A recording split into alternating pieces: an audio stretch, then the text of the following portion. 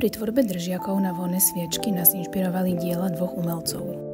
Prvým je obraz od Ladislava Gudernu Štúdia k imaginárnej krajine. V tomto diele je nádherne zachytená snová symbolická krajina. Inšpirujúce imaginatívne tvary a línie, malé krajiny akoby útočiská pre meditáciu a rozjímanie. Druhým zdrojom je sochárska tvorba Jozefa Sušienku.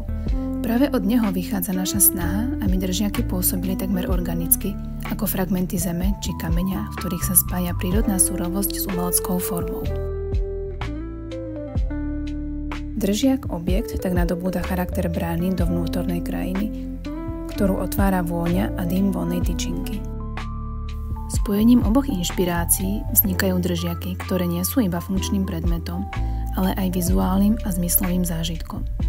Sú imaginárnymi krajinami v malom, pretavenými do tvarov a štruktúr, ktoré evokujú pokoj, vnútornú cestu a prepojenie sa s prírodou.